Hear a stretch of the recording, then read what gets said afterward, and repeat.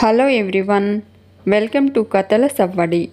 ఈ వీడియోలో నేను ఒక అందమైన ముగ్గు వేస్తూ మీకు ఒక ఆసక్తికరమైన కథను షేర్ చేస్తున్నాను. ఇందిర కలలో రాజశేఖర్, ఆ దేవుడు నా ఆరోగ్యాన్ని నయం చేశాడు, మీ కలల్ని నిజం చేశాడు ఇందిర అంటాడు. ఇందిర రాజశేఖర్ని హక్ చేసుకుని ఎమోషనల్ అవుతుంది. ప్రేరణ, నాన్న మీరింత త్వరగా కోలుకుంటారని, మమ్మల్ని వెతుక్కుంటూ వస్తారని అనుకోలేదు అంటుంది. రాజశేఖర్, పరిస్థితులకు దయలేకపోయినా ఆ భగవంతునికి జాలేసిందమ్మా, అందుకే మిమ్మల్ని చేరడానికి నన్ను మామూలు మనిషిని చేశాడు అంటూ, పెద్దోడా ఎలా ఉన్నారా మీరు అంటాడు. ఇందిర, మీరు దూరమైన క్షణం నుంచి కష్టాలకు అలుపు రావట్లేదు, బాధలకు విరామం దొరకట్లేదు, ఏడ్చి ఏడ్చి ఉన్న కన్నీళ్లు కూడా బయటకు రావడం లేదు. మీ జాడలేక మాకు నీడలేక 2 పిల్లల్ని పట్టుకుని నేను ఇక్కడికి చేరుకుంటే మీరు లేని జీవితమే చీకటైపోయి బ్రతుకుతున్నామండి అంటూ ఏడుస్తుంది ఇందిర. రాజశేఖర్, నన్ను క్షమించు ఇందిర అంటాడు. తప్పు నేను చేసి శిక్ష మీకు వేశాను అంటూ ఉంటే ప్రేరణ, నువ్వు మాత్రం ఏం చేస్తావు నాన్న, ఇదంతా అనుకుని జరిగింది కాదు కదా అంటుంది. ఐశ్వర్య, కానీ ఆ గణ అంతా అనుకునే మన మీద కక్ష కట్టాడు కదక్క, నాన్న మాట్లాడలేరనే కదా మనల్ని ఇంతలా బాధ పెట్టాడు అంటుంది.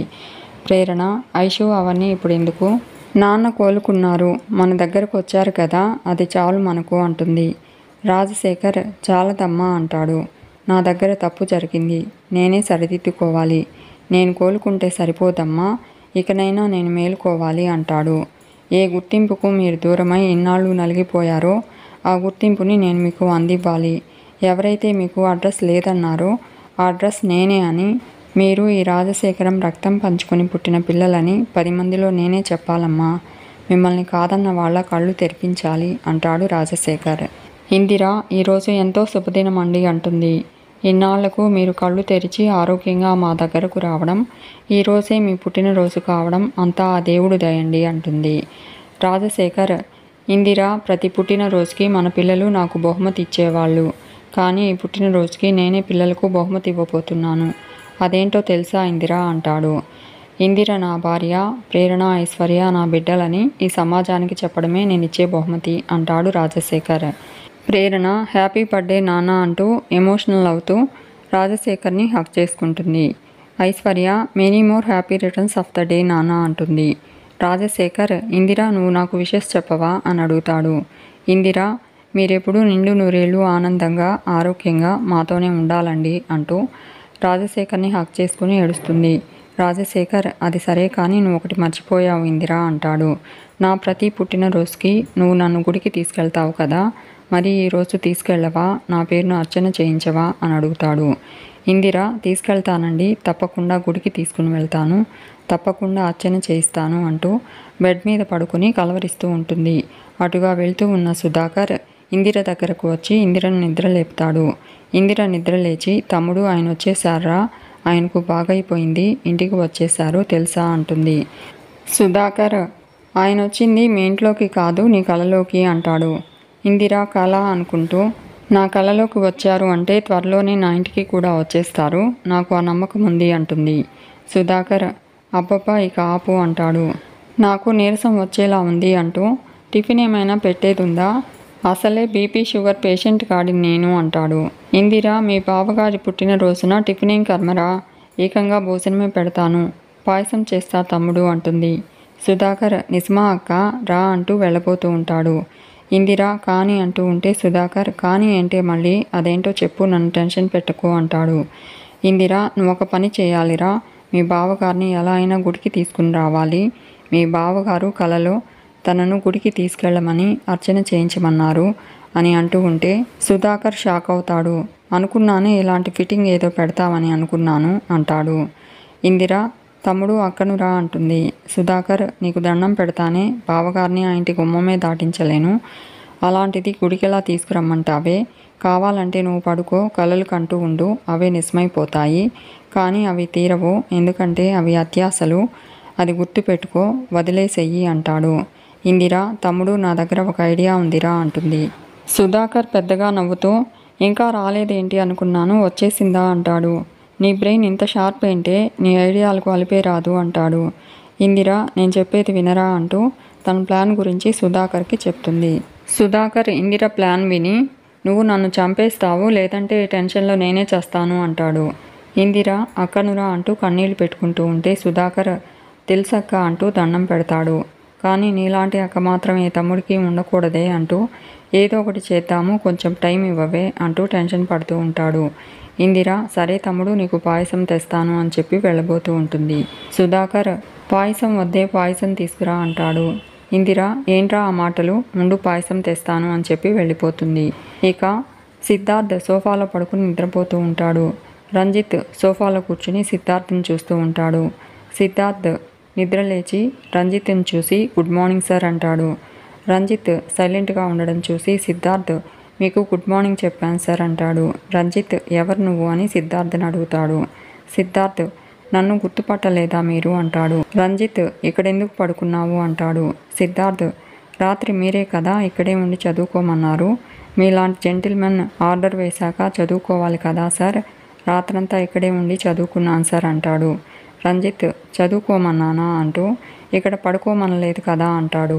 సిద్ధార్థ్ వీడెవర్రా బాబు ఇలా ఉన్నాడు అనుకుంటాడు. రాత్రంతా చదువుకున్నాక నిద్రొస్తుంది కదా, తిరిగి వెళ్ళాలి అంటే గేట్ లాక్ తీయడానికి మిమ్మల్ని డిస్టర్బ్ చేయాలి కదా, అది కష్టం కాబట్టి నాకు అది ఇష్టం లేదు కాబట్టి నిద్రలోకి జారుకున్నాను అంటాడు. రంజిత్ పైనెందుకు పడుకున్నావు అని సిద్ధార్థ్ని అడుగుతాడు. సిద్ధార్థ్ కింద లేడీస్ ఉన్నారు కదా, అక్కడ పడుకుంటే బాగుండదని అంటాడు. రంజిత్ యు ఆర్ రైట్ అంటాడు. రాత్రి నేనే చదువుకోమన్నాను, ఇక్కడే పడుకోమన్నాను, అది నువ్వు మర్చిపోయావు అంతేనా అంటాడు. సిద్ధార్థ్ అంతే సార్ అంటాడు. రంజిత్ కానీ ఇప్పుడు సన్ రైజ్ వచ్చేసింది, తెల్లవారి చాలాసేపు అయింది కాబట్టి నువ్వు వెళ్ళిపోవాలి, అది చెప్పడానికి వచ్చాను అంటాడు. సిద్ధార్థ్ ఇప్పుడే వెళ్ళిపోవాలా సార్ అని అడుగుతాడు. రంజిత్ నాకు ఈ ఇంటికి కొన్ని రూల్స్ ఉన్నాయి, వాటిని ఎవరు బ్రేక్ చేసినా నాకు నచ్చదు అంటాడు. సిద్ధార్థ్ రూల్స్ బ్రేక్ చేసే వాళ్ళంటే నాకు నచ్చదు, నాకు ఇరిటేషన్ కూడా అంటాడు. మీరు మిస్టర్ పర్ఫెక్ట్ సార్, ఈ విషయంలో కూడా మీరు జెంటిల్మెన్ అనిపించుకున్నారు అంటాడు. రంజిత్ బయలుదేరుతావా అంటాడు. సిద్ధార్థ్ షూట్ సార్, ఇప్పుడే వెళ్ళిపోతున్నాను, ఒక నిమిషం కూడా ఉండను సార్ అంటూ వెళ్ళిపోతూ ఉంటే రంజిత్ ఆ బ్లాంకెట్ పిల్లో ఎవరు తీస్తారు అని అడుగుతాడు. సిద్ధార్థ్ నేనే తీసుకెళ్తాను సార్, దాన్నేముంది అంటూ బ్లాంకెట్ పిల్లో తీసుకుని చాలా వింతగా ఉన్నాడే గురుడు అనుకుంటూ కిందికి వెళ్ళిపోతూ ఉంటాడు. ఇక ప్రేరణ కిచెన్లో వంట చేస్తూ ఉంటే సిద్ధార్థ్ కిచెన్ దగ్గరకు వస్తాడు. ప్రేరణను చూసి గుడ్ మార్నింగ్ అండి అంటాడు. ప్రేరణ సిద్ధార్థ్ని చూసి నీ మొహం చూస్తే గుడ్ ఎక్కడుంటుందిలే అనుకుంటూ బ్యాడ్ మార్నింగ్ అంటుంది. సిద్ధార్థ్ నేను అదే అనుకుంటున్నానులేండి అని అనుకుంటాడు. ప్రేరణ ఏంటి అంటూ ఉంటే సిద్ధార్థ్ అదేనండి, కొన్నిసార్లు పరిస్థితులు చిత్ర విచిత్రంగా ఉంటాయి కదా, మొన్నటిదాకా మీరెవరో నేనెవరో, నిన్నటిదాకా మీ ఇల్లు ఎక్కడో మా ఇల్లు ఎక్కడో, కానీ రాత్రికి రాత్రే అంతా మారిపోయింది. నేను బుక్స్ కోసం రావడము, మీ అమ్మగారు నన్ను చూడడం, మీ ఇంట్లోకి నేను రావడం, అన్ఫార్చునేట్లీ మనం ఇక్కడే మీ ఇంట్లోనే కలిసి అని అంటూ ఉంటే ప్రేరణ కోపంగా చూస్తుంది. సిద్ధార్థ్ అదే ఒకే ఇంట్లో విడివిడిగా చదువుకోవడం భలే ఉంది అంటున్నా అంటాడు సిద్ధార్థ్. ప్రేరణ ఇక బయలుదేరుతావా అంటుంది. సిద్ధార్థ్ టిఫిన్ ఏదో చేస్తున్నట్టున్నారు, ఇప్పుడు అవన్నీ వద్దులేండి అంటాడు. ప్రేరణ టిఫిన్లు భోజనాలు పెట్టే ఉద్దేశం మాకు లేదు, దయచేయి అంటుంది. సిద్ధార్థ్ థ్యాంక్స్ అండి అంటూ గౌరవంగా చెప్తున్నారు అంటాడు. రాత్రంతా చదువుకొనిచ్చారు, పడుకోవడానికి దుప్పటి దిండు కూడా ఇచ్చారు, ఈ జన్మకి ఇది చాలు అంటూ వస్తానండి అని చెప్పి దిండు దుప్పటి కిచెన్లో పెట్టేందుకు వస్తూ ఉంటాడు సిద్ధార్థ్. ప్రేరణ వస్తానంటూ లోపలికి వస్తున్నావేంటి అంటూ కోపడుతుంది. సిద్ధార్థ్ దిండు దుప్పటి మీ చేతిలో పెడితే బాగుండదు, నేను తీసుకెళ్ళినా బాగోదు, అందుకే ఇక్కడ పెడదామని ఇలా వచ్చాను అంటూ వస్తానండి అంటాడు. ప్రేరణ రాకు అంటుంది. సిద్ధార్థ్ ఇందిర రావడం చూసి హాయ్ ఆంటీ అంటాడు. ప్రేరణ ఆంటీ ఏంటి ఆంటీ అంటూ సిద్ధార్థ్ దగ్గరకు వస్తుంది. సిద్ధార్థ్ మరి అమ్మమ్మ గారు అనలేం కదా అంటాడు. అసలే ఆంటీ గారికి పెద్ద ఏజ్ కూడా రాలేదు అంటూ ఉంటే ఇందిర దాని మాటలకేం కానీ బాబు, రాత్రి బాగా నిద్ర పట్టిందా అని అడుగుతుంది. సిద్ధార్థ్ బాగా పట్టిందా ఆంటీ అంటూ వస్తానాంటీ అంటాడు. ఇందిర అదేంటి బాబు వెళ్ళిపోతున్నావా అంటుంది. సిద్ధార్థ్ అవునా ఆంటీ, మీరు కాఫీ అది తాగమంటారేమో, మీకెందుకు శ్రమ అంటాడు. ఇందిర ఇందులో శ్రమ ఏముంది బాబు, నువ్వు కాఫీ తాగే వెళ్ళాలి అంటుంది. సిద్ధార్థ్ మీరు మరీ మొహమాట పెట్టేస్తున్నారు అంటూ సరే కానివ్వండి అంటాడు. ప్రేరణ సిద్ధార్థ్ని కోపంగా చూస్తూ ఉంటుంది. ఇందిర ప్రేరణతో సిద్ధార్థ్కి కాఫీ ఇవ్వమని చెప్పి నేను బయటకు వెళ్ళొస్తాను అంటుంది. ప్రేరణ ఇంత పొద్దున్నే నువ్వు ఎక్కడికి అని అడుగుతుంది. ఇందిర చిన్న పనుంది వెళ్ళి వచ్చేస్తాను అంటుంది. సిద్ధార్థ్ ఇందిరతో మీరు వెళ్ళిరండి ఆంటీ అంటూ ఉంటే ప్రేరణ నువ్వెవరూ పర్మిషన్ ఇవ్వడానికి అంటూ కోపడుతుంది. సిద్ధార్థ్ సరే అండి మధ్యలో వచ్చాను కదా అంటూ ఇందిరతో ఆంటీ కాఫీ ఏదో అన్నారు అంటాడు. ఇందిర ప్రేరణతో ముందు కాఫీ సంగతి చూడు అంటుంది. ప్రేరణ ఇందిర ఎక్కడికి వెళ్తుందో చెప్పమని అడుగుతుంది. సుధాకర్ ఏంటే నీకు చెప్పేది అని నీకు చెప్పే చేయాలా అంటూ కోపడుతూ అక్కడికి వస్తాడు. ఈరోజు ఆదివారం అక్కకు సెలవు. రోజు మీకు చాకరీ చేస్తూనే ఉంది కదా, ఈ ఒక్కరోజు మీ అక్క చెల్లెళ్ళు ఇంట్లోనే ఉండి అన్ని పనులు చేసేయండి. నేను మా అక్కని తీసుకుని అలా బయటకు షికారుకి వెళ్ళి వస్తూ సరుకులు తెస్తాము అంటాడు. ఇందిర అవును వచ్చేటప్పుడు సరుకులు తెస్తాము అంటుంది. ప్రేరణ మొన్నే కదా సరుకులు తెచ్చావు అంటూ ఉంటే సుధాకర్ అయిపోయిందని చెప్తుంది కదా, అక్కకు సెలవు ఇవ్వండి, మీ నోటికి తాళం వేసేయండి అంటాడు. సిద్ధార్థ్ భలే చెప్పారు సార్ అంటూ ఉంటే సుధాకర్ ఏదో నీ అభిమానం బాపు అంటాడు. ప్రేరణ కోపంగా మామయ్య అంటూ అరుస్తుంది. సుధాకర్ తడబడుతూ సిద్ధార్థ్తో అలా మాట్లాడకూడదు అంటాడు. సిద్ధార్థ్ సారీ అంకుల్ అంటాడు. సుధాకర్ ఇందిరని రమ్మని పిలుస్తూ ఉంటే ఇందిర సిద్ధార్థ్ని కాఫీ తాగి వెళ్ళమంటుంది.